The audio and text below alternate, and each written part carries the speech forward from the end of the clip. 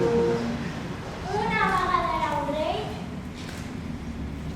que tenia el nas vermell, que bevent de bota en bota no es deixava ni una gota.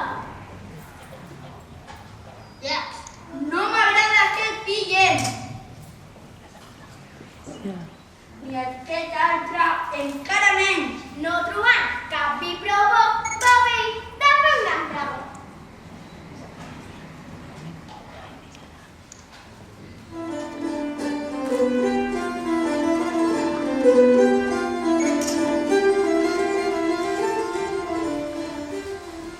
Jo, vostre noble rei, Ruc primer, a tot el poble faig saber que ma filla i princesa reial esdevindrà la muller molt lleial d'aquell dels meus vassalls i fadrins que a palau em porti el millor vi.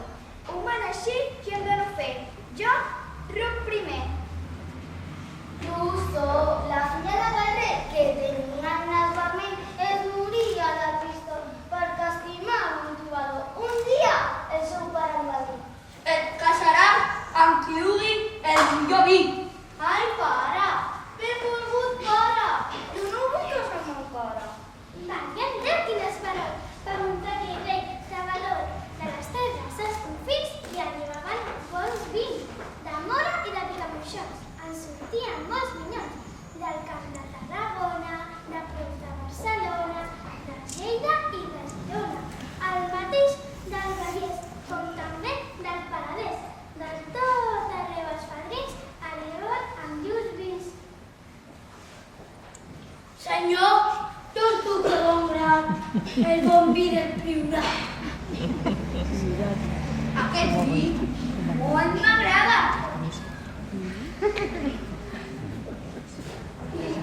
Com el vi del Penedès, no hi podreu trobar cap més.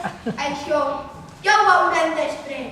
El bon vi em fa martorell i jo m'hi jugo la pell. Aquest vi el trobo massa novell.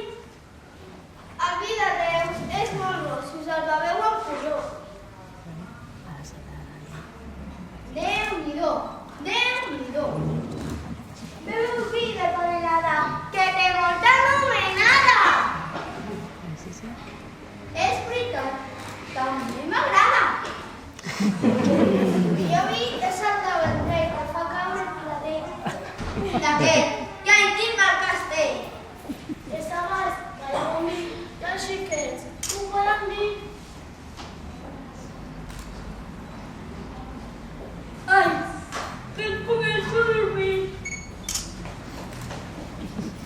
Jo m'hi jugo a cara a preu, que li m'agrada Vendrell. Ai, que encara em queda el teu.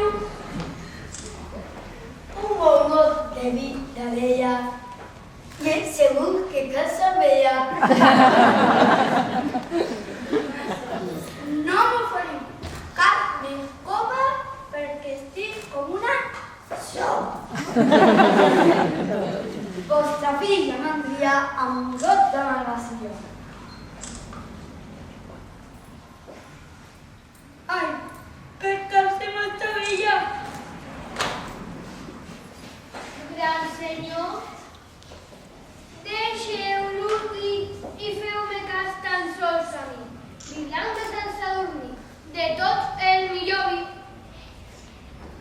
I aquell rei tan sabatós de nas roig com un pebró no va poder decidir perquè pobre estava tant i també vi que al cap treball va fer un saqueu. Un barall i es va morir.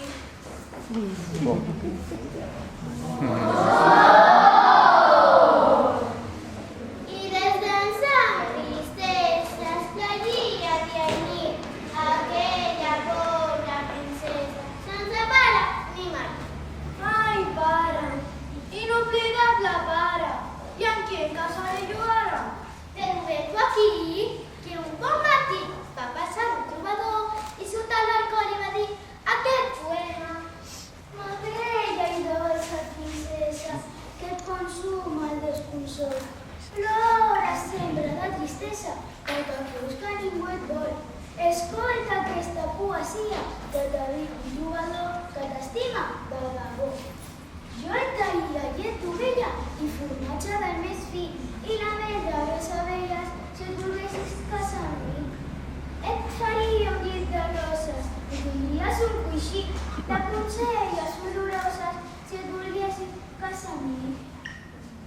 No tinc cases ni masies, sóc un pobre trobador que et faria poesies impregnades d'emoció.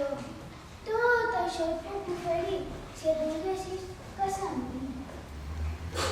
Trobador de les cantades, que et dediques cap poema.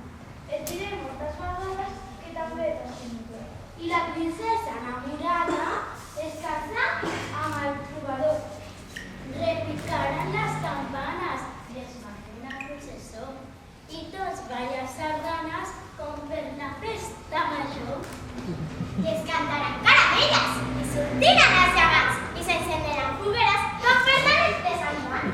Badant Déu! Quina festa! No us diré cap disbarat! Si em creieu o no em creieu, i portaran d'un plegat 3.000 xals del Pirineu. Els millors capons del prat, borregos del Candader i bons fruits de Llobregat. I la princesa i ella volguent aquella ocasió i que ens gran festa nupcial, si ve les vides millor. El que us ha de portar és el que li va passar a la filla de Guerrer, que tenia el nas vermell, que bevent de mota i mota no en deixava ni una gota. I ja sap que m'escolta, que aquest conte s'ha acabat, veiem si us haurà agradat.